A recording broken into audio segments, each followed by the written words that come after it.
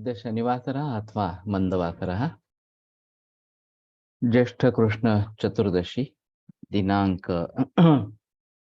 17 जून 2023 चरकसूत्र सनाध्याय 7 प्रकृति विचार।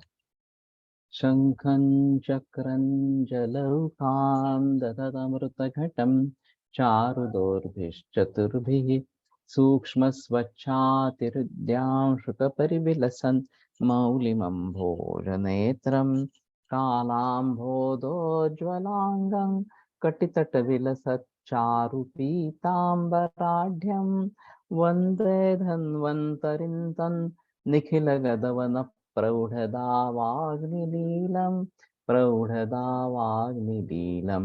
ब्रह्मणो हि समारब्धा मात्रे आद्येषु पूजिताम् अस्मदाचार्यपर्यन्तां वन्दे गुरुपरम्पराम् आयुर्वेदरतं वन्दे माधवाख्यं महागुरुम् आयुर्वेदामृतं सर्वं शिष्येभ्यो यः प्रदत्तवान् द्रष्टाज्ञानी दृष्टकर्मा कृतकर्मा तथैव च अध्यापकोऽभिषक्श्रेष्ठो महान् संशोधकस्तथा गुणैरेतैः समुदितैः यत्कार्यं प्रतनोति सः समृद्ध्यर्थं हि कार्यस्य वयं नु प्रयतामहे सरस्वत्यै नमो यस्याः प्रसादात् पुण्यकर्मभिः बुद्धिदर्पणसङ्क्रान्तं जगदध्यक्षमीक्षते आत्रेयं प्रथमं वन्दे आयुर्वेदजगद्गुरुम् आयुर्वेदामृतं सर्वं गृहीत्वा हि सुरेश्वरात् अग्निवेशादिकेभ्यो यत् प्रयच्छत् मुनिसत्तमः प्रथमं तन्त्रकर्तारम् अग्निवेशं नमाम्यहम्।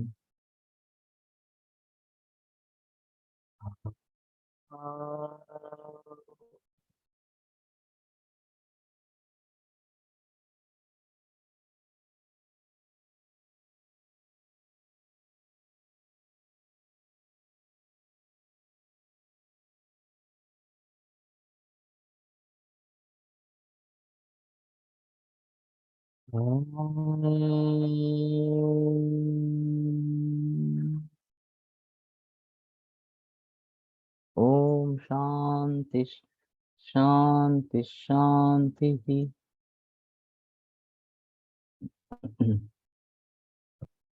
विपरीत गुणस्तेषां स्वस्थवृत्तिर्वितिरितः समसर्वरसं सात्यं समधातो प्रशस्यते।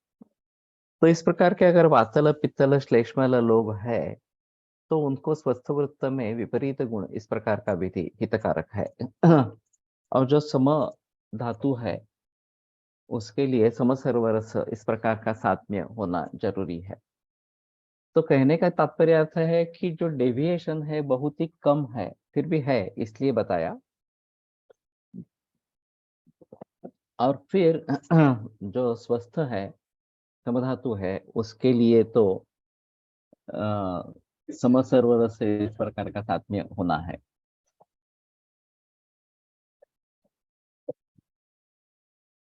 द्व्यधः सप्तशिरसि खानि स्वेद वहानि च बराबर। हाँ ये तो मैंने कर दिया था।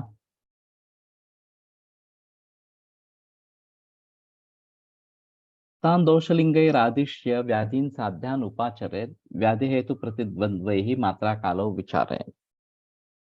एक अहम सूत्र इस प्रकार का रहेगा। तो तान व्याधीन दोषलिंगैः आदिश्य साध्यान उपाचरेत् साध्यान व्याधीन। तो जो साध्य इस प्रकार के रोग है उनको दोषलिंग के आधार पर व्याधि हेतु प्रतिद्वंद्व ही मात्रा कालो विचार है। व्याधि प्रत्यनीक हेतु प्रत्यनीक या दोनों के प्रत्यनीक इस प्रकार की चिकित्सा करे मात्रा कालो विचार, और मात्रा और काल इन दोनों का विचार करना आवश्यक है। तो संक्षेप में किस प्रकार से दोषों के बारे में सोचना है, व्याधियों के बारे में सोचना है, ये यहाँ पे बताया गया है। एक तो दोषलिंग ही आदिश्य, दोषों के लक्षणों के आधार पर साध्य जो व्याधि है उनकी चिकित्सा करना है, असाध्य व्याधि की चिकित्सा नहीं करनी है, ये एक बात इसमें है। और फिर दोषलिंगों पर करनी है तो इसका एक मतलब ये है कि सत्कार्यवाद का यहाँ आश्रय किया गया है। कि दाह है तो पित्त है, शूल है तो वात है, गौरव है तो कफ है। इस प्रकार से दोषों के लक्षणों के अनुसार व्याधि हेतु प्रतिद्वंद्व ही, तो व्याधि प्रतिद्वंद भी यहाँ फिर ये आरंभवाद इस प्रकार का है कि व्याधि विपरीत इस प्रकार की चिकित्सा करनी है, हेतु विपरीत चिकित्सा करनी है, या फिर दोनों के विपरीत चिकित्सा इस प्रकार से करनी है। वाग्भट में जो सूत्र इसके बारे में आए हैं उसमें शांतिराम विकाराणाम भवति त्वपतर्पणात्, आम विकारों की शांति अपतर्पण से होते हैं। त्रिविधं त्रिविधे दोषे तत्समीक्ष प्रयोजे, तो 3 प्रकार के दोषों के लिए उसकी समीक्षा करके उनका प्रयोग करना है। तत्रापि लंघनम पथ्यम मध्ये लंघन पाचनम प्रभुते शोधनम तद्धि मूलान उन्मूलयन मनाम। तो अल्प दोष अगर है तो लंघन, मध्य दोष है तो लंघन पाचन, और प्रभुत दोष है तो शोधन, ये मूल रूप से रोग को उखाड़ देता है। एवं अन्यान अपि व्याधिन स्वनिदान विपर्यात चिकित्से, इसी प्रकार से अन्य रोगों को भी अपने कारणों के विपरीत चिकित्सा से जीतो। तो ये व्याधि हेतु प्रत्यय के इस प्रकार का जो यहाँ पे बताया गया है। तो स्वनिदान विपर्यात चिकित्सित अनुबंध हेतु खलु हेतु त्यक्त्वा हेतु खलु हेतु विपरीतम त्यक्त्वा यथायथम वैद्यो युंजात व्याधि विपर्य। अनुबंध हेतु, अगर इसके बावजूद भी व्याधि का शमन नहीं हुआ तो क्या करना है?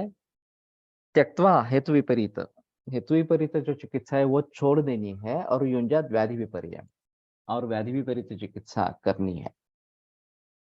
सामान्यतः ऐसे होता है कि लोग व्याधि प्रत्यय की चिकित्सा के पीछे दौड़ते रहते हैं। तृष्णा, ये मुस्तापरपटकं ज्वरे तृषजलम मृदुष्ट लोष्टोद्भवम वगैरह, ये जो एक अग्र संग्रह बताया गया है या चरक में अग्र संग्रह बताया गया है, तो ये व्याधि प्रत्यनीक इस प्रकार के बताए गए हैं। माधव साने, माधव दत्तात्रेय साने एक बुजुर्ग वैद्य हुए। व्याधि प्रत्यनिका एंड दोष प्रत्यनिका में क्या डिफरेंस है, यही मैं बताने जा रहा हूँ एक्चुअली। तो व्याधि प्रत्यनिक जो है वो दोष दूष समूर्छना का भंग करता है। और दोष और दूष्य अलग अलग इस प्रकार से हो जाते हैं। तो एक समूर्छना भंग हो गई तो व्याधि के लक्षण चले जाते हैं, व्याधि ठीक होने लगता है। और इसलिए हम सभी का मकसद व्याधि प्रत्यनी का चिकित्सा करना इस प्रकार का होता है। वो माधव साने की बात के मैं कर रहा था, उनकी प्रैक्टिस अच्छी थी और वो केवल व्याधि प्रत्यनिक पर प्रैक्टिस करते थे। मुस्तापरपट का एक सिरप बना दिया था, कोई भी बुखार का पेशेंट आए तो उसको वो देते थे इस प्रकार से। उन्होंने यहाँ पे कोलटकर प्रतिष्ठान में शायद गुरु पूर्णिमा के अवसर पर, मुझे अभी पक्का याद नहीं है, प्रमेह के बारे में लेक्चर दिया था। और वो महेशु धात्री निशे इसी पर बोले। पूरी संप्राप्ति उन्होंने जो वहां पे कथन की वो मॉडर्न की संप्राप्ति थी, डायबिटीज की ट्रीटमेंट धात्री निशे यही थी इस प्रकार से, और वो किस प्रकार से कारीगर होती है वगैरह वगैरह, इसके बारे में काफी बहस की गई थी। तो उनकी ये खासियत इस प्रकार की रही। अभी उनका बेटा रोहित साने और बेटी, ये दोनों मिलाकर ये माधव भाग चला रहे हैं रुद्रोग के लिए, और इनफर्टिलिटी वगैरह अभी बाकी लोग भी जोड़ रहे हैं इसमें। लेकिन कहने का तात्पर्य अर्थ ये है कि वहां व्याधि प्रत्यनी की चिकित्सा यही प्रधान इस प्रकार की रही थी और वही तात्काल लाभदायी इस प्रकार की है। लेकिन ग्रंथों का कहना है कि पहले हेतु प्रत्यनी का करो, कारण जो है उसके खिलाफ चिकित्सा करो। तो कारणों के खिलाफ चिकित्सा करने से कारण नष्ट हो जाएगा अगर, या उससे उत्पन्न जो दोष वैषम्य है वो नष्ट हो जाएगा, तो व्याधि अपने आप चला जाएगा। इससे बात बनती नहीं है। अनुबंध हेतु अगर इतना पर्याप्त नहीं होता है तो फिर हेतु विपरीत चिकित्सा छोड़ दे और व्याधि विपरीत चिकित्सा करे, ऐसा यहाँ पे कहा गया है। और दोनों के विपरीत हेतु व्याधि विपर्यस्त विपर्यस्तार्थ कारणम इस प्रकार के उपशय में जैसे कहा गया है, वैसे हेतु विपरीत चिकित्सा, व्याधि विपरीत चिकित्सा और उभय विपरीत चिकित्सा इस प्रकार की बताई गई है। तो ये दोनों के खिलाफ इस प्रकार के काम करते हैं, दोषों के खिलाफ भी काम करते हैं, व्याधि के खिलाफ भी करती है। केवल व्याधि प्रतिनी की चिकित्सा जो है वो दोषों के खिलाफ काम करेगी ही ऐसा नहीं है, वो वास्तव में नहीं करती है, दोष दोषों को अलग करती है।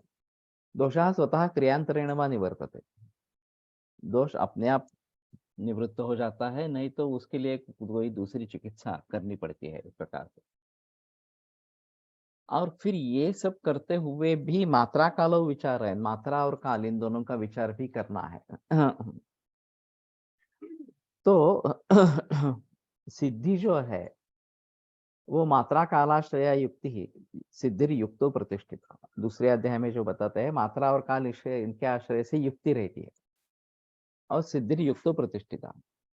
और सिद्धि जो है ये युक्ति पर प्रतिष्ठित है। तिष्ठत्युपरि युक्तिज्ञो द्रव्य ज्ञान अवताम, द्रव्य ज्ञानवान लोगों में युक्तिज्ञ जो है, युक्ति जानने वाला जो है वह सबसे ऊपर इस प्रकार का रहता है। तो कहने का तात्पर्य अर्थ है कि मात्रा और काल इनका विचार सभी अवस्था में, चाहे दोष वैषम्य की अवस्था हो, चाहे व्याधि निर्माण हो गया हो, तो उन सभी अवस्था में मात्रा और काल इनका विचार करना ही है और दोषों के लिंगों के अनुसार, लक्षणों के अनुसार चिकित्सा साध्य वैधि की करनी है इस प्रकार से। अभी मॉडर्न मेडिसिन पूरे विश्व भर में राज कर रहा है और उसका एकमात्र कारण सिम्टोमेटिक रिलीफ है कि व्याधि के उपद्रव के स्वरूप में या उसके कार्य के स्वरूप में लक्षण दिखाई देते हैं। तथाविध दोष दुष्ट समूर्छनावस्था विशेष ज्वरादि रूपो व्याधि तत्कार्याश्च अरुच्चादय। तो जो रोगों के लक्षण निर्माण होते हैं वो व्याधि का कार्य है। अगर व्याधि नष्ट हो गया तो कार्य नष्ट हो जाता है, ये हमारा इस प्रकार का प्रयोग है। लेकिन वहां पे केवल सिम्टम को नष्ट कर देना, तो मरीज किसके लिए आया है? मरीज आया है सिम्टम्स के लिए, मुझे दर्द हो रहा है, मुझे जलन हो रही है वगैरह वगैरह इस प्रकार से कर।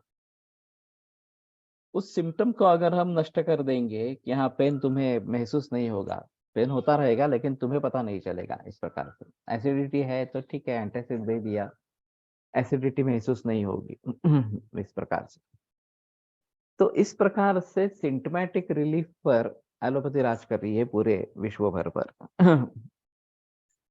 और फिर उसी को ट्रीटमेंट समझ रही, ये सबसे बड़ी मूर्खता है। वास्तव में किसी भी रोग की मूल चिकित्सा जो है उसके कारणों को ढूंढना और कारणों को टालना, यही मूल चिकित्सा है। संक्षेपतः क्रिया योग निदान परिवर्जन। लेकिन कारणों को ढूंढना ही नहीं है, कारणों को टालना भी नहीं है, सिर्फ सिम्टोमेटिक रिलीफ देना है, तो रोगी रोगी ही रहे, वो सुधरने का कोई चांस ही नहीं रहे। और फिर भी उसको ये एहसास हो, हाँ मैं ठीक हूँ, मैंने डायबिटीज की गोली खा ली है, मेरे शुगर कंट्रोल हो गई है, बस और आगे कुछ नहीं करना है, मेरा बीपी नॉर्मल हो गया, आगे कुछ नहीं करना है। तो इस प्रकार से पूरे समाज को रोगी रखने में फार्मेसी सक्सेसफुल रही है। उनकी बिक्री उसके पूरे जन्म तक चलती रहेगी और उनको मुनाफा मुनाफा मिलता रहेगा। किसी को भी ये सोचना ही नहीं है कि उससे ठीक होना है, दवाइयां लेने की जरूरत न पड़े, ऐसी स्थिति आ जाए, ऐसा कुछ सोचना ही नहीं है। और इसीलिए पूरे समाज की धारणा इस प्रकार की हो गई है कि ट्रीटमेंट यानी कि मेडिसिन, ट्रीटमेंट यानी कि मेडिसिन, ट्रीटमेंट यानी कि कारणों को ढूंढना, ट्रीटमेंट यानी कि कारणों को टालना। ये जो आयुर्वेद का सिद्धांत है इसको इन्होंने बाईपास कर दिया पूरी तरीके से और केवल सिम्टोमेटिक रिलीफ को ही ट्रीटमेंट इस प्रकार का सूत्र बना दिया और पूरा समाज उसमें अटक गया है। मात्रा कालाश्रया युक्ति ही, मात्रा और काल के आश्रय पर युक्ति निर्भर होती है। सिद्धि युक्तो प्रतिष्ठता और सिद्धि जो है वो युक्ति पर निर्भर है। ये चरक सूत्रस्थान अध्याय 2 में आया है, अंत में ये सूत्र आया है। तिष्ठत्युपरि युक्तिज्ञो द्रव्य ज्ञानवताम सदा। और द्रव्य ज्ञानवान लोगों में युक्तिज्ञ जो है वो सबसे ऊपर होता है, सबसे श्रेष्ठ होता है। तो रोगी भी रहे, रोग भी रहे और मनी भी आता रहे, ये है एलोपैथी एक्सेप्ट सर्जरी। सर्जरी में भी ऐसा है कि जहां सर्जरी करना आवश्यक है वहीं पे सर्जरी होनी चाहिए। अब मेडिसिन का अपयश दूर करने के लिए सर्जरी आगे बढ़ रही है। जैसे भी ट्रांसप्लांट सर्जरी जो है वो वास्तव में मेडिसिन का अपयश है लेकिन उसको मेडिसिन का अपयश इस प्रकार से नहीं देखा जाता, ये सर्जरी का यश है, इस प्रकार से देखा जाता है। तो heart transplant, liver transplant, kidney transplant, bone marrow transplant वगैरह वगैरह काफी है इस प्रकार से जो भी अवयव काम नहीं करेगा उसको रिप्लेस ही करना है, क्योंकि उसको ठीक करने का कोई उपाय एलोपैथी में है नहीं। तो फिर उसको बदल दो इस प्रकार से। बहुत साल पहले महाराष्ट्र टाइम्स में एक लेख छपवाया गया था कि अब ये संधि जो है उसको बदलने की सुविधा उपलब्ध हो गई है, और उसमें नी जॉइंट रिप्लेसमेंट के बारे में भलावण करते हुए आयुर्वेद को कोसा था, इसलिए मेरा ध्यान उस तरफ गया। उन्होंने कहा आज तक इसके लिए कोई अच्छा उपाय नहीं था, साइंटिफिक उपाय नहीं था, कुछ ये तेल लगाना सेकना वगैरह इस प्रकार से करते थे। लेकिन अब साइंटिफिक उपचार उपलब्ध हो गया है कि नी रिप्लेसमेंट सर्जरी अभी अवेलेबल है, तो बस सांधा बदल देंगे, बाकी कुछ करने की जरूरत नहीं है इस प्रकार से। तो मैंने खत लिखा था ये काफी 30 बरस पुरानी या उससे भी पुरानी बात है कि ये तेल लगाना और सेकना ये हमारे हिसाब में शास्त्रीय है क्योंकि वात रूक्ष शीत गुण से बढ़ा है और ये स्निग्ध और उष्ण है, तो उसके खिलाफ काम करता है वगैरह वगैरह। और वास्तव में सर्जरी करवाना ये सही चिकित्सा नहीं है, ये मेडिकली मैनेजमेंट करने का डिसीज है। मेडिकल मैनेजमेंट को छोड़कर सर्जरी में चले जाएंगे तो ये ठीक नहीं है इस प्रकार से। लेकिन उन्होंने तो खत छपवाया नहीं कहने का तात्पर्य अर्थ ये है कि मानसिकता पूरी तरीके से बदल गई है लोगों की, और उसी प्रकार की ट्रीटमेंट बरसों से चली आ रही है, फार्मेसी ड्रिवन ट्रीटमेंट चली आ रही है, या फिर इस प्रकार की सर्जरी एडवांस हो रही है। तो लोग समझते हैं कि यही ट्रीटमेंट है, यही सही रास्ता है इस प्रकार से। तो लोगों में इसके बारे में सजगता लाना ये एक अहम मुद्दा इस प्रकार का है। हम खुद पहले ऐसे करें कि हमें कुछ बीमारी हो जाए, हमारे रिश्ते वालों को कुछ बीमारी हो जाए, तो हम कारणों को ढूंढेंगे, कारणों को टालेंगे और ठीक होने की कोशिश करेंगे, चाहे बीपी हो, चाहे डायबिटीज हो, चाहे और कोई इस प्रकार की बीमारी हो हम खुद जब अनुभव लेंगे तब हम लोगों को बता सकेंगे कि हाँ ये सही तरीका इस प्रकार का है। विषम स्वस्थवृत्तानाम एते रोगा तथा परे जायन्ते अनातुरस तस्मात् स्वस्थ परो भवेत्। तो जिनका स्वस्थवृत्त विषम इस प्रकार का है तो उनको ये या अन्य रोग इस प्रकार के निर्माण होते हैं, और इसलिए अनातुरहा जिसको कोई भी व्याधि हुआ नहीं है सम्यक स्वस्थ वृत्त परो भवेत्, तो स्वस्थ वृत्त पर इस प्रकार का हो जाए अब ये जो हमारे दो उद्दिष्ट है, स्वस्थ से स्वास्थ्य रक्षण, आतुरस्य व्याधि परिमोक्षः इस प्रकार से उसमें से स्वस्थ वृत्त वैसे खूब छोटा हिस्सा है। अब हम ग्रंथों का अगर देखते हैं तो स्वस्थ चतुष्क चरक में आते हैं, वैसे बाकी भी ग्रंथों में दिनचर्या, ऋतुचर्या, वेगान मनोवेगान धारणी अध्याय वगैरह वगैरह इस प्रकार से आते हैं। और आगे आहार के बारे में काफी बहस आती है तो कौन सा हमारा आपका वेबकैम चालू है बंद करो तो में पता नहीं चलेगा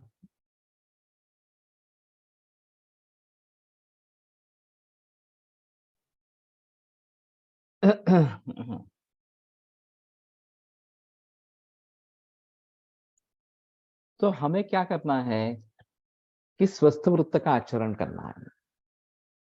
हमारे त्रिस्कंद कोश में कार्य हेतु कोश में स्वास्थ्य से अनुवर्तनस्य इस प्रकार का कार्य और उसके सभी कारण दिए गए हैं।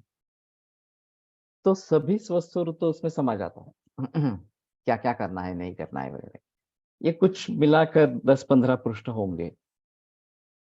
तो पूरे हेतु कोश में 3000 पृष्ठ है, तो केवल 10-15 पृष्ठ स्वस्थ वृत्त के बारे में।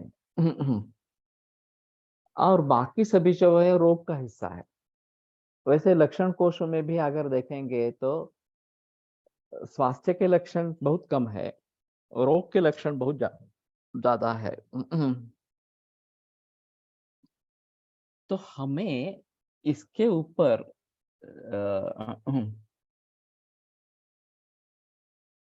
ज्यादा कंसंट्रेशन करना है, स्वस्थ वृत्त के ऊपर।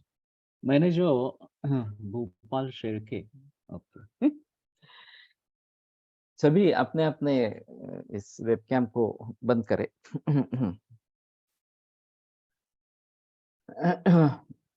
जब मैंने किताब लिखी Ayurvedic lifestyle the key to health या आयुर्वेदीय जीवन शैली आरोग्याची गुरुकिल्ली इन मराठी, तो मेरा मकसद ये था कि अगर स्वस्थ वृत्त का भली भांति आचरण करेंगे तो बीमार होने का चांस ही नहीं। स्वस्थ वृत्त में सत्य नित्यम प्रयुंजीत स्वास्थ्यम येनानुवर्तते, उसी का प्रयोग करना है जिससे स्वास्थ्य बना रहे।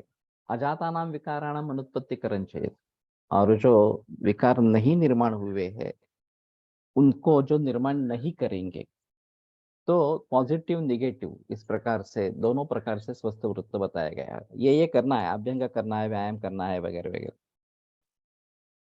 और ये नहीं करना है वगैरह वगैरह, इस प्रकार के बारे में सूत्र है। नाकरा में चरकरा लोष्ट बलि स्नान भोवो पिच वगैरह इस प्रकार से। तो जो करना है वो करना है, जो नहीं करना है वो नहीं करना है। अगर जो करना है वो नहीं करेंगे तो भी रोगी होंगे, जो नहीं करना है वो करेंगे तो भी रोगी होंगे। तो अगर हम इसके ऊपर ज्यादा बहस करेंगे तो पूरा समाज स्वस्थ रहेगा इस प्रकार से। अभी जो मैंने निवेश आरोग्य में या गुंतवणूक आरोग्य थी, ये जो श्रृंखला शुरू की है, ऑडियो श्रृंखला इस प्रकार के, हर रोज सुबह 5 मिनट की, उसमें अगर हम आरोग्य में निवेश करते हैं, इन्वेस्टमेंट करते हैं, तो हमें उसके अच्छे फल इस प्रकार के मिलेंगे।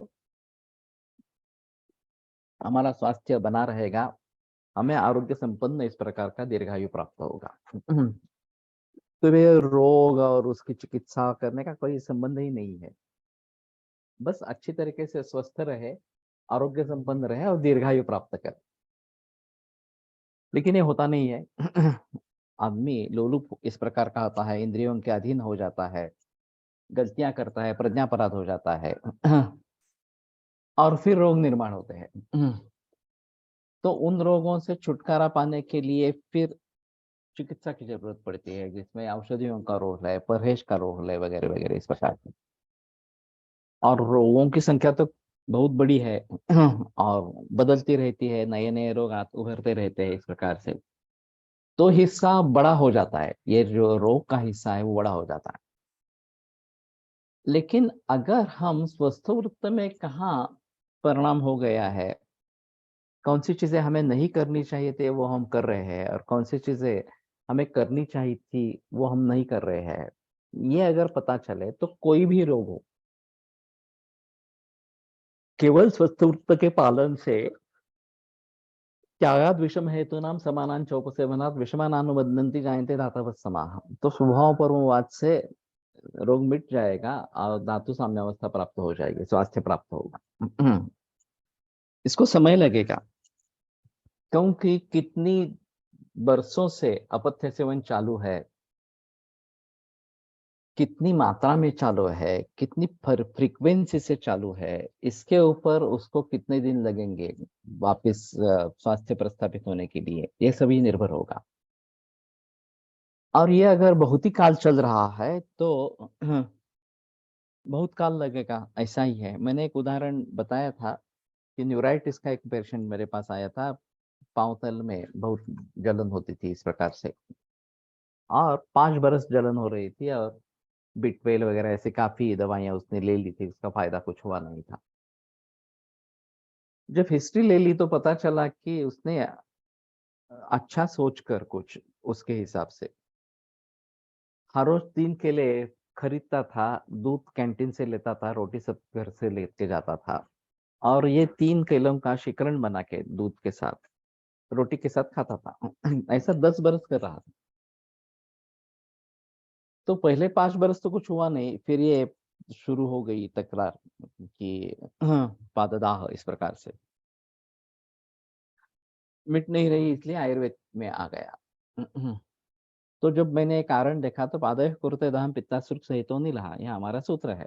तो पित्त रक्त के साथ वायु बंद करना है। अब इतनी बरस से अपत्य सेवन चालू है, तो फिर इसको ठीक होने में भी ऐसे ही बरस लगेंगे। अगर मैंने अभी उसको सुझाव दे दिया कि ठीक है केला खाना, इस प्रकार का केला और दूध खाना बंद करो, वृद्धान्न है ये, रोटी सब्जी खाओ नहीं तो दूध चपाती खाओ, उसमें नमक नहीं डालना है, चलेगा इस प्रकार से। लेकिन इतने बरस का अपथ्य सेवन है, उसके परिणाम कैसे दूर होंगे? तो उसमें जरूरत होती है पंचकर्म की। तो मैंने वमन, विरेचन, रक्त मोक्षण तीनों करवाया और 3 महीने में उसका दाह शांत हो गया। नहीं तो वैसे ये केवल परहेज करते हैं तो शायद पहले 5 बरस में दाह कम हो जाता, फिर भी दोष वैषम्य रहता। दोष वैषम्य पूरी तरीके से जाने के लिए 10 बरस लग जाते इस प्रकार से। पृष्ठ में दाह है तो कैसे सोचना है? देखो दाह लक्षण पित्त का है, लेकिन अगर वात प्रधान इस प्रकार का है तो वात की चिकित्सा करनी है, पित्त के अविरोधी इस प्रकार की। अगर पित्त से ही जुड़ा है तो हिस्ट्री ले लो, कारणों को ढूंढो और फिर उसके मुताबिक की चिकित्सा करो। तो कहने का तात्पर्य अर्थ यह है कि अगर हम स्वस्थ वृत्त का पालन भलीभांति करेंगे तो कोई भी रोग होने की संभावना नहीं है। अगर रोग है तो भी वो मिट जाएगा, उसके लिए और कुछ करने की जरूरत इस प्रकार की नहीं पड़ेगी। इसलिए इसी पर ज्यादा जिक्र करना है, ज्यादा भर देना है। और मैं जो अभी ये निवेश आरोग्य में श्रृंखला चला रहा हूँ, उसका मकसद यही है कि पूरा वैश्विक समाज स्वस्थ हो जाए, उसको रोग को झेलने की नौबत ही नहीं आए। ये नहीं होगा, क्योंकि जैसे मैंने कहा कि हम इंद्रियों के अधीन होते हैं, हम कुछ भी खाना पीना चाहते हैं, कैसे भी जीना चाहते हैं और फिर रोग होने ही वाले हैं, तो उनकी ट्रीटमेंट करनी ही पड़ेगी। लेकिन कुछ लोग ऐसे होंगे कि जो हमारे मार्ग पर चलेंगे, उनको बीमारियां नहीं होंगी, वो आरोग्य संपन्न दीर्घायुष्य को प्राप्त कर सकेंगे। तो वो तो बच जाएंगे और उनका फायदा स्वस्थ वृत्ति के जरिए होगा। माधव प्रथमे मासी नभस्य प्रथमे पुनः सहस्य प्रथमे चैव हारे दोषतंचय। तो जो ऋतु के अनुसार वसंत, वर्षा ऋतु और शरद ऋतु, इसमें दोष संचय करने का, वसंत में वमन करवाना है, वर्षा ऋतु में बस्ती करवाने हैं और शरद ऋतु में विरेचन और रक्त मोक्षण इस प्रकार से करने हैं। तो इसके जरिए दोष वैषम्य जो है वो दूर हो जाएगा। नाभसो वैशाख, माधव वैशाख, तो माधव वैशाख ऋतु है। एवं नभस्य से श्रावण और सहसस्य पौषस्य प्रथमे मार्गशीर्ष, एते मासाः चैत्र श्रावण मार्गशीर्षा रोग पित्त विषक द्वितीये विवांतन अध्याय 8 शोधनार्थम वक्षमाण प्राकृत आद्य ऋतुक्रमेण वसंत प्रावृत शरद अंतर्गता भवन्ति। तो जैसे मैंने कहा कि वसंत प्रावृत वर्षा का शुरू का काल और शरद, इनमें ये वमन, विरेचन, वमन, बस्ती और विरेचन और रक्त मोक्षण, इसके बारे में सोचना है इस प्रकार से। स्निग्धस्विन्न शरीराणाम ऊर्ध्वं चाधश्च नित्यशः वस्तिकर्म ततः कुर्यात् नस्य कर्म च बुद्धिमान। तो स्निग्धस्विन्न शरीर जिनका किया गया है, पहले ऊर्ध्व और अधा, तो वमन और विरेचन, इस प्रकार से बस्ती कर्म तथा कुर्यात् नस्य कर्म च बुद्धिमान। और फिर बस्ती करना है, नस्य इस प्रकार से करना है, तो नासा ही फिर सोद्वारम, इसके आधार पर ये चिकित्सा बताई गई है। यथाक्रमम यथा योग्यम अत ऊर्ध्वम प्रयोजयत रसायन सिद्धानि वृक्ष योगमश्च कालवि। और फिर क्रम के अनुसार और योग के अनुसार उसके बाद में रसायन, सिद्ध रसायन और वृक्ष योग, ये काल जानने वाला वैद्य उनका प्रयोग करे। तो केवल यहाँ पे चिकित्सा खत्म नहीं होती। पंचकर्म करके हमने दोषों को निकाल दिया, लेकिन दूष्य अबल है, इसीलिए दोषों ने उन पर आक्रमण किया और फिर दोष दुष्य समूर्छना हो गई और रुग्विकार निर्माण हो गया। तो जैसे हमें दोषों को निकाल देना है, उसी प्रकार से दूषों को बलवान बनाना है, वो रसायन वाजीकरण के जरिए होता है।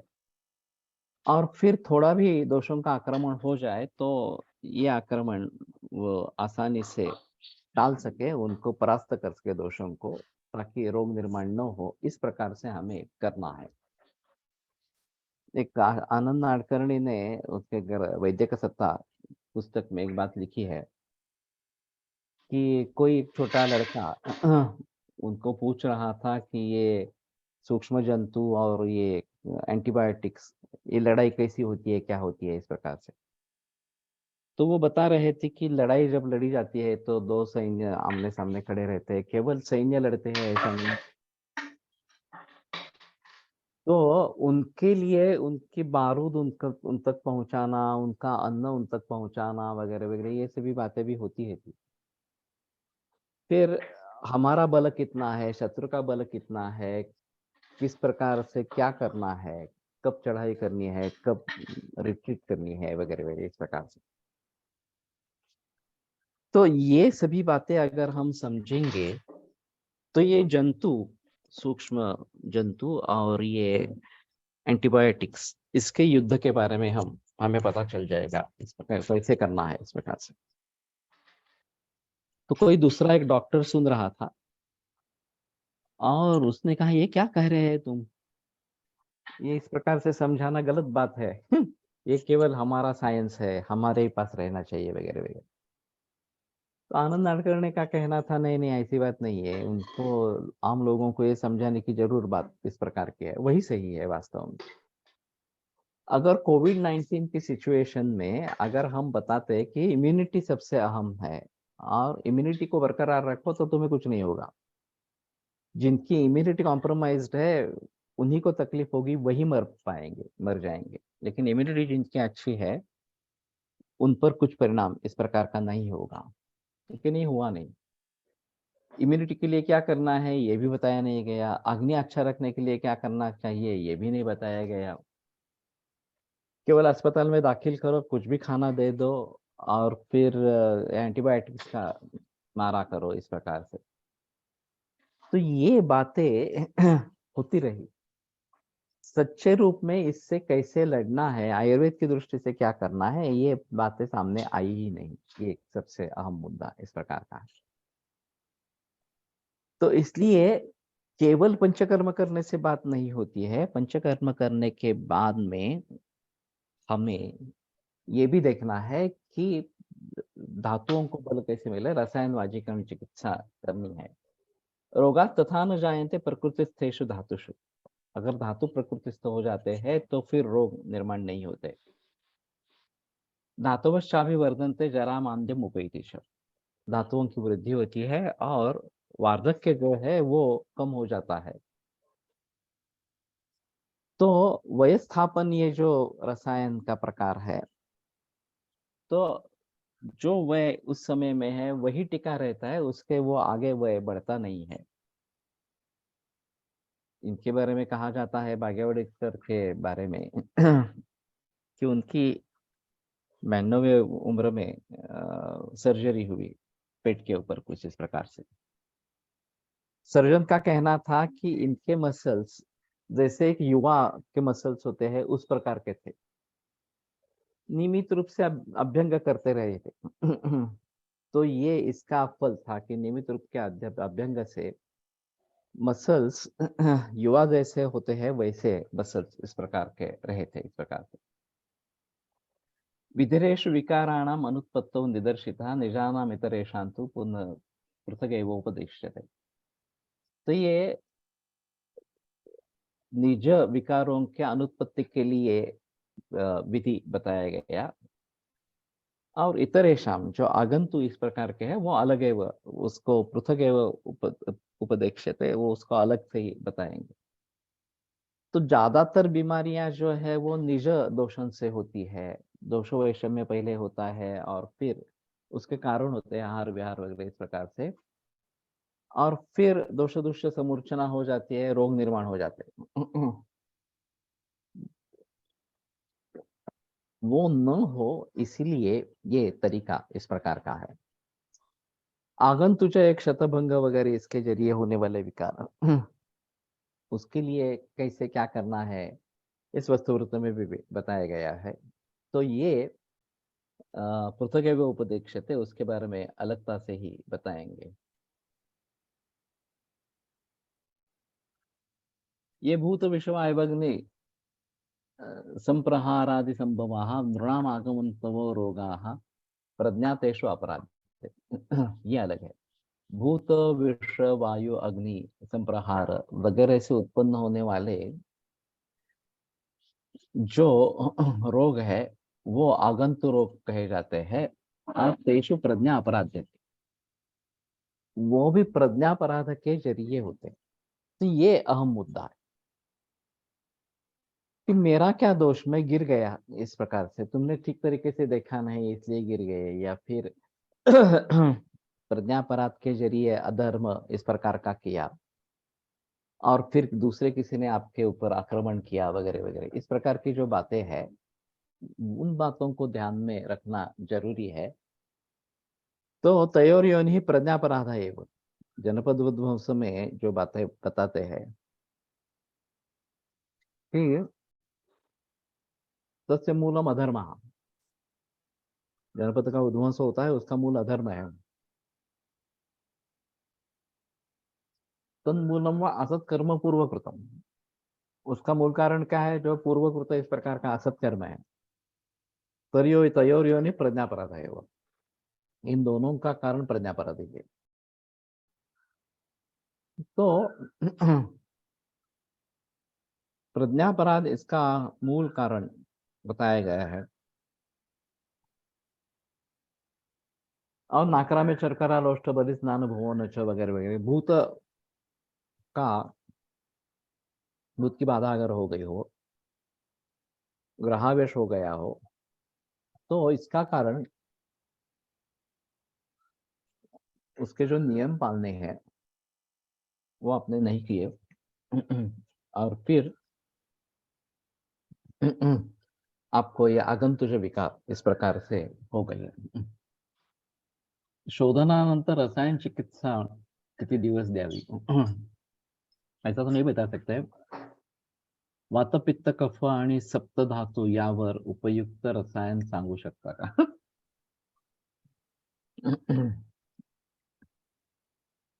वैसे हमने जब रसायन और वाजीकरण अध्याय पढ़े इसके पूर्व,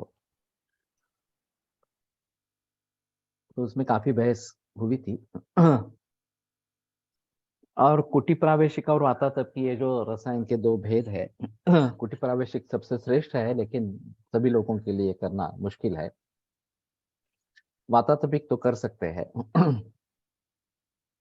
तो दूष्य कौन से है ये देखकर रसायन चिकित्सा करनी है, या वाजीकरण इस प्रकार का देना है। कब तक देना है? जब तक धातु स्थिरत्व इस प्रकार का प्राप्त नहीं होता, धातु बलवान नहीं हो जाते, तब तक करना है। थोड़ा भी अपत्य हो गया किया तो अगर बिगड़ गया तो समझना है कि धातु की स्थिति अभी अच्छी नहीं है। तो ये बताना मुश्किल है। वैसे नित्य रसायन करते रहेंगे ज्यादा बेहतर ऑप्शन। कोई बीमारी हो न हो, इस प्रकार से। शीघ्रकृताभ्यासो रसायनानाम, ये जो बात कही गई है, या आचार रसायन की बात कही गई है। सत्यवादिनम अक्रोधम निवृत्तम मध्य मैथुना, तो ये रसायन करते रहेंगे तो फायदा ही है, उसमें नुकसान की कोई बात नहीं है।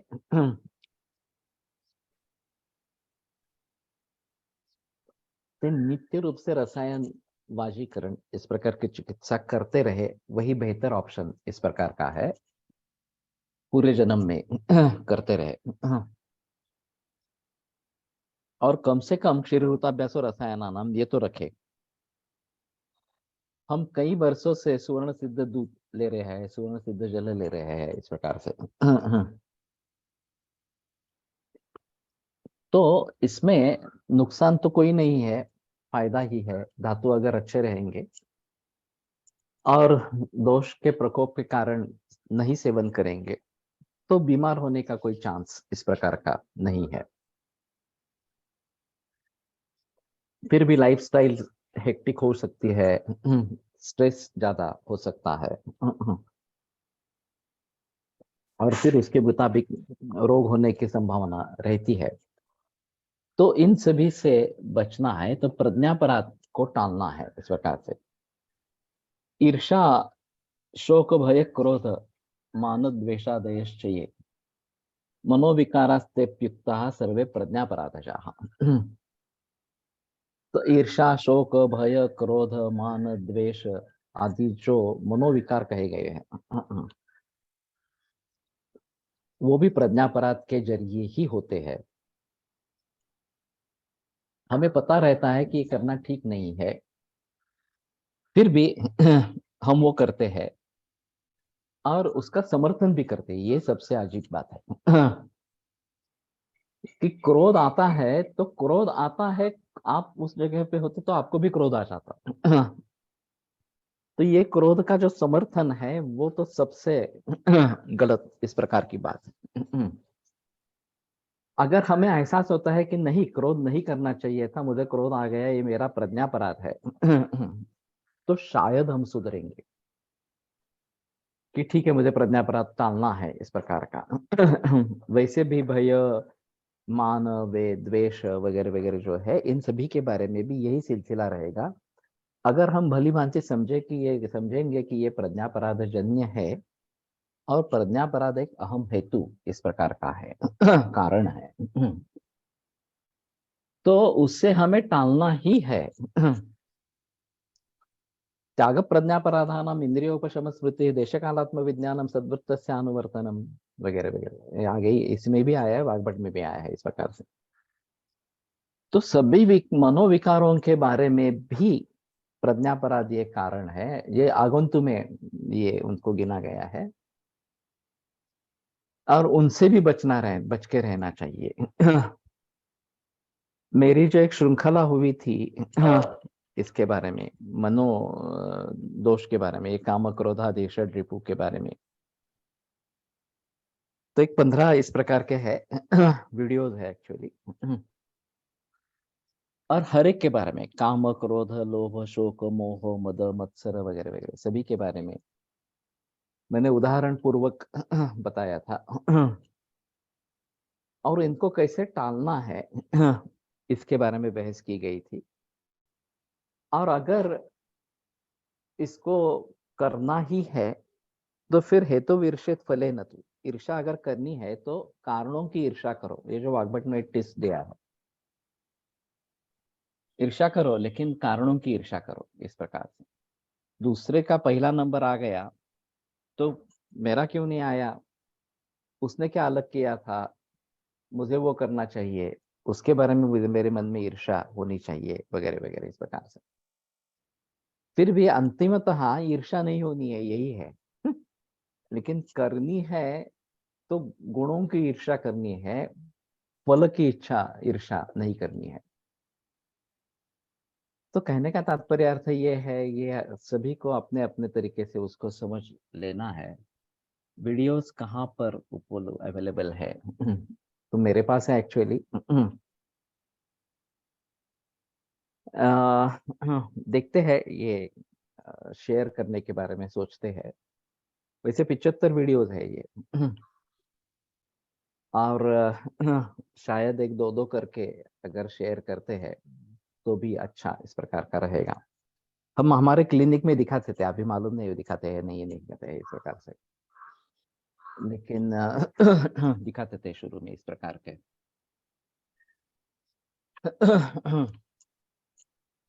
त्याग प्रज्ञापराधानाम इंद्रियोपशम स्मृति देशकालात्म विज्ञानम सद्वृत्तस्यानुवर्तनम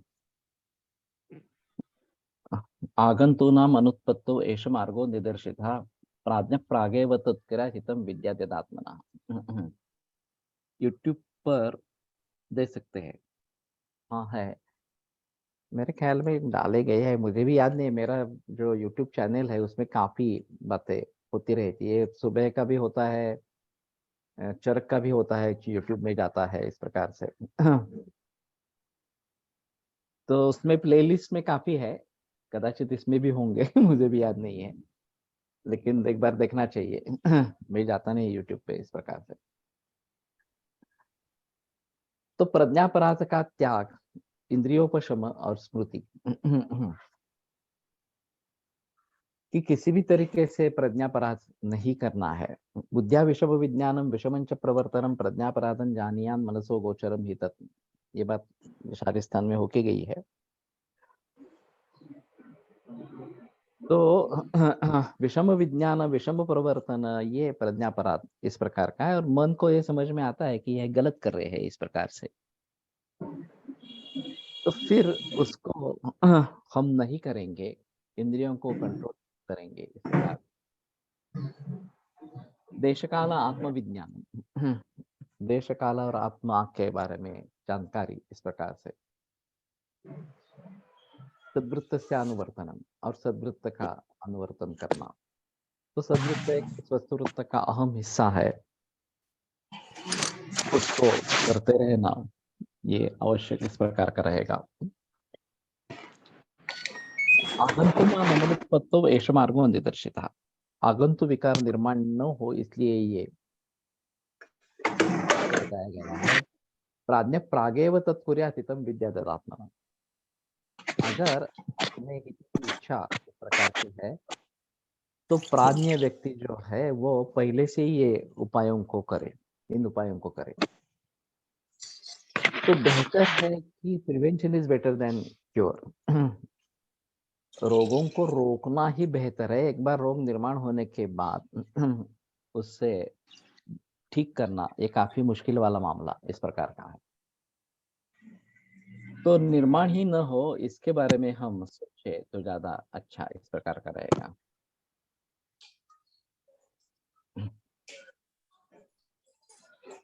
आप्तोपदेश प्रज्ञानम प्रतिपत्तिश्च कारणम विकाराणाम अनुत्पत्तो उत्पन्नानां च शांतये।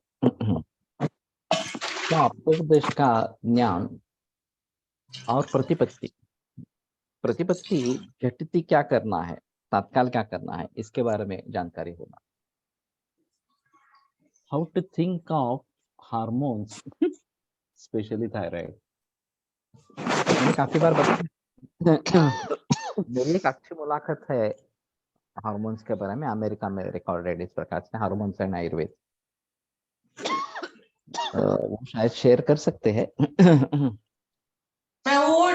दोनों प्रकार के कारण है, खाने पीने पे के कारण, भावना, ये भी कारण इस प्रकार के है।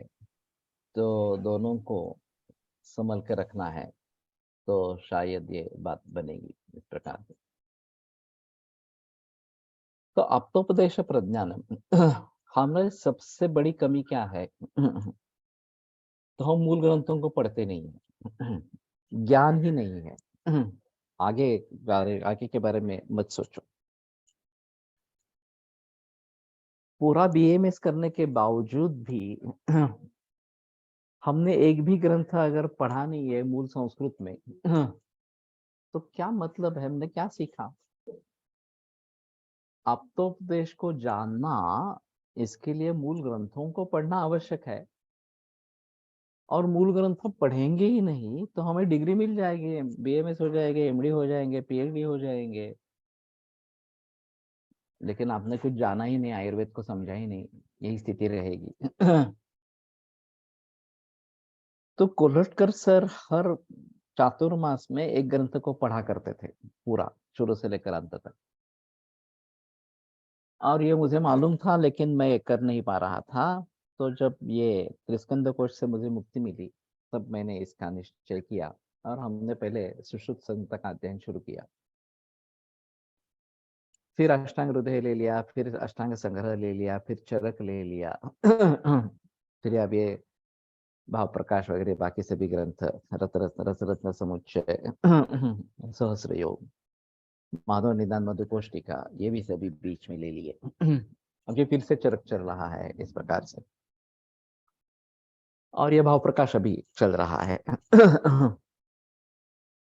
तो कहने का तात्पर्य अर्थ जो है कि हमारे ही मूल ग्रंथ ज्ञान का भंडार है, वो आप्तोपदेश है। और अगर हमें आप्तोपदेश के बारे में मालूम ही नहीं है तो क्या हम स्वस्थ व्रत का पालन करेंगे, क्या हम रोगों के बारे में सोचेंगे। और इसलिए हमें चाहिए कि मूल ग्रंथों का अध्ययन अच्छी तरीके से होता रहे।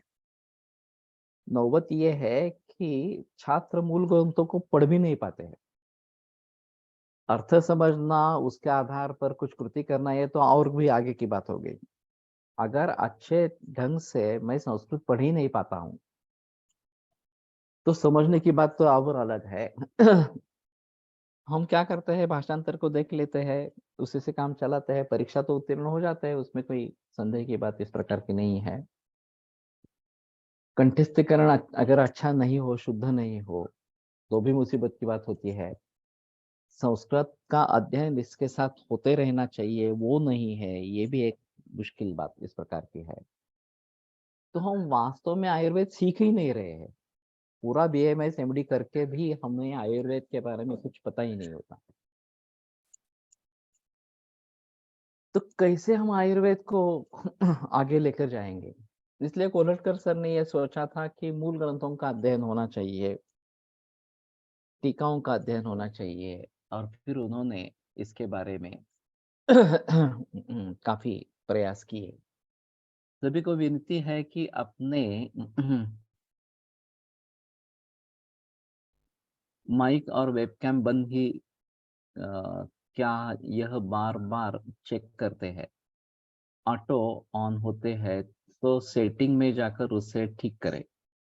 यहाँ प्रज्ञान सम्यक अर्थ अधिगम प्रतिपत्ति अनुष्ठान ऐसा है, चक्रपाणी प्रतिपत्ति सम्यक अवबोध ऐसा लिखा है। प्रतिपत्ति ज्ञान का मतलब उस समय में क्या करना है इसका अचूक ज्ञान होना, ये ज्यादा अच्छा है। चक्रपाणी दत्त का जो कहना है सम्यक अवबोध, उस सम्यक अवबोध से भी आगे कृति करनी है, ये भी बात रहेगी।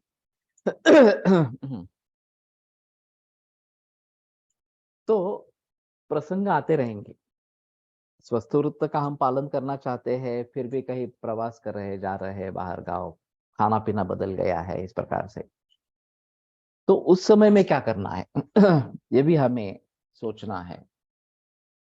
तो इसके लिए प्रतिपत्ति ये आवश्यक है, हमें आप्तोपदेश मालूम होना चाहिए, ये नहीं खाना है वगैरह वगैरह। आपण एकाशन त्याज्य है, ये एक अजीब बात है। आपण एकाशन ये होटलिंग अभी का जो है, तो आपणिका जहाँ पे अन्न बेचा जाता है, और इनका कहना है कि आपणिकाशन त्याज्य है, वो नहीं लेना है। तो अगर दूसरे शहर में जाएंगे, दूसरे गांव जाएंगे, तो फिर क्या करें, भूखे रहेंगे क्या? तो ये तो बात नहीं हो सकती इस प्रकार से। तो अतिथि देवो भव, प्रसन्न गोपत निर्णय, क्षमता प्रतिपत्ति, प्रसंगोपात्त निर्णय, हाँ या। तो जनरली ये नौबत पुराने जमाने में तो नहीं आती थी। किसी गांव में, नए गांव में गए तो लोग स्वागत करते थे, घर पे बुलाते थे, रहने के लिए देते थे, खाना-पीना खिलाते थे इस प्रकार से। और वो लोग हमारे घर पे आते तो हम भी वही सिलसिला करते थे इस प्रकार से। आपणिकाशन इस प्रकार का प्रचलन में नहीं था, लेकिन आपणिकाशन शब्द प्रयोग है तो निश्चित रूप से आपणिकाशन होता रहता था। कुछ लोग इस प्रकार के होते रहते थे कि जो होटलिंग जैसा व्यवसाय करते थे, और फिर कुछ लोग उसका सेवन करने वाले इस प्रकार के थे। अभी तो ये बहुत ही बढ़ गया। अगर आप किसी दूसरे नगर में जा रहे हैं तो देखो, तुम्हारे कोई छात्र है, तुम्हारे कोई मित्र है, उनके घर पे रहो, उनका घर पे खाना खाओ, ये बेहतर ऑप्शन है। मैं तो करता रहता हूँ। ज्यादातर पसंद नहीं करता होटल में रहना, होटल में खाना खाना इस प्रकार से। लेकिन जहाँ कोई दूसरी सुविधा नहीं है, मालूम नहीं है कोई, तो फिर करना पड़ता है, और फिर करने से रोग की निर्मित हो सकती है, ये बात सही है। तो उसमें क्या सेवन करे, क्या नहीं सेवन करे, इसके बारे में सोचना है तो प्रतिपत्ति इस प्रकार की कही जाएगी। तो ठीक है, इस प्रकार से विकाराणाम अनुत्पत्तो, विकारों के अनुत्पत्ति के लिए उत्पन्नानांच शांति है, और अगर विकार उत्पन्न हो गए हैं तो उनके शांति के लिए भी ये मार्ग बताया गया है। आज युक्त है, सोमवार को आगे बढ़ेंगे। आयुर्वेद प्रकांडो निगदितैः हि शल्यतंत्र प्रधानः शिष्येभ्यः शाश्वतोऽयं निखिलजनकृपा व्याप्तचित्तेन येन आयुर्वेदस्य वाञ्छन् पुनरपि भुवने ताञ्च सुष्ठु प्रतिष्ठां श्रेष्ठं धन्वन्तरिं तं प्रणमति च सदा वैद्यवर्गो हि नूनम्, वैद्यवर्गो हि नूनम्।